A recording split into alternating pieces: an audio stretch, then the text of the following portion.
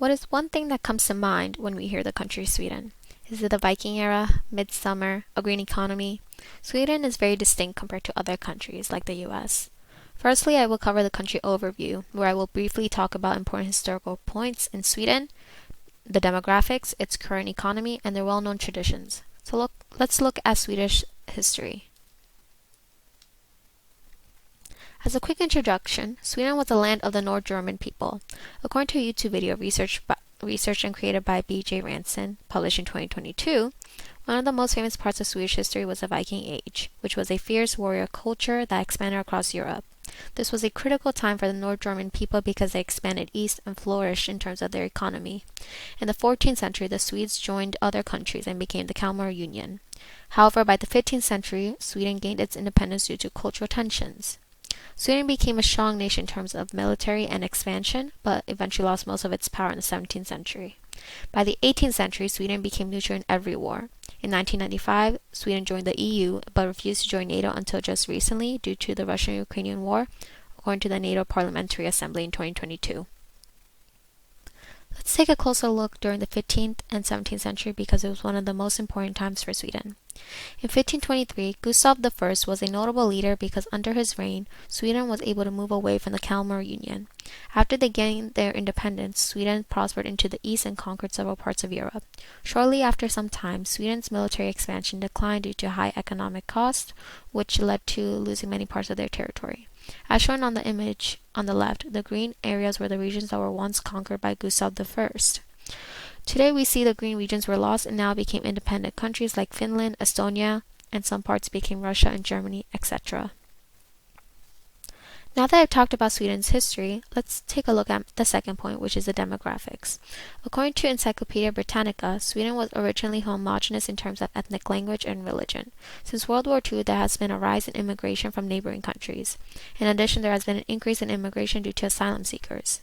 According to Cosmoseo Global in 2022, there are now nearly 200 languages that are spoken today, such as Finnish, Romanian, and Yiddish. In the early centuries, Lutheranism was the predominant religion and technically still is today. However, today we see people are now practicing other religions, such as Greek Orthodox and Islam. Now that I've covered the history and current demographics, let's look at the third point, which is the economy. According to Encyclopedia Britannica, the GDP is known to be one of the highest among other countries. On the other hand, citizens have to pay more in taxes where education, healthcare, and childcare are paid from these taxes. Sweden is market-oriented and mostly consists of privately owned enterprises where there has been less government involvement over the last 2 decades. Although Sweden is part of the European Union, they use a krona instead of the traditional euro. Let's dive deeper into the key drivers of Sweden's current account. Firstly, let's take a look on Sweden's exports. Many of the products that Sweden exports include various wood products, precious metals like iron and steel, and industrial products like automobiles. Now looking at the imports, Sweden imports engineering products like motor vehicles and food products like coffee, tea, fish, and fruits. Interestingly, before the 1980s, petroleum was known to be the single most import in Sweden. However, today it now accounts for less than 5% of Sweden's total imports, since Sweden is now adapting sustainable policies and methods to move to a greener economy. Today, Sweden is known to be one of the top leaders in practicing a greener economy. According to an article written by Taylor Bridges, published in 2021, the Swedish fashion industry has adapted a new framework called the circular economy, which enables a more efficient and sustainable and less wasteful system. Swedish brands adapted sustainable practices such as limiting wastewater and taking better care of garments to reduce waste. Now that I've covered the economic aspect, I will talk about my last point, which is the Swedish traditions.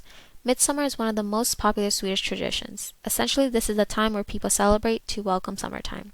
According to a Swedish press, published in 2022, families come together in a traditional feast and serve popular dishes like sill, new potatoes and dill, and cream dessert cakes. A big part of midsummer is everyone coming together, where they carry garlands and sing the national anthems. On the left, we see people join hands and dance around a tall wooden pole with 2 loops, which is known as the Swedish maypole. According to an article written by Annika S. Hippel, published in 2018, the maypole became a new part of the midsummer tradition where the pole is typically decorated in the spring on May 1st of every year, whereas midsummer is celebrated in June. Interestingly, it is believed that midsummer is a time for magic, and using nature is rumored to have special powers. Lastly, we can see how locals are wearing traditional clothing where women are wearing flowy dresses and men are wearing white and black shirts, dancing to folktale music. To conclude, I have covered the general overview of Sweden, including the history, the demographics, the economy, and well-known traditions. Once again, we can raise several questions about Sweden. What is midsummer? How is the economy like?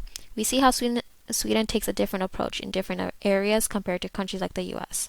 For instance, they are taking substantial steps towards a greener economy, while the US is still combating this issue at a much slower rate. Essentially, it is important to know how one's culture can be completely distinct to another based on their approach to certain situations.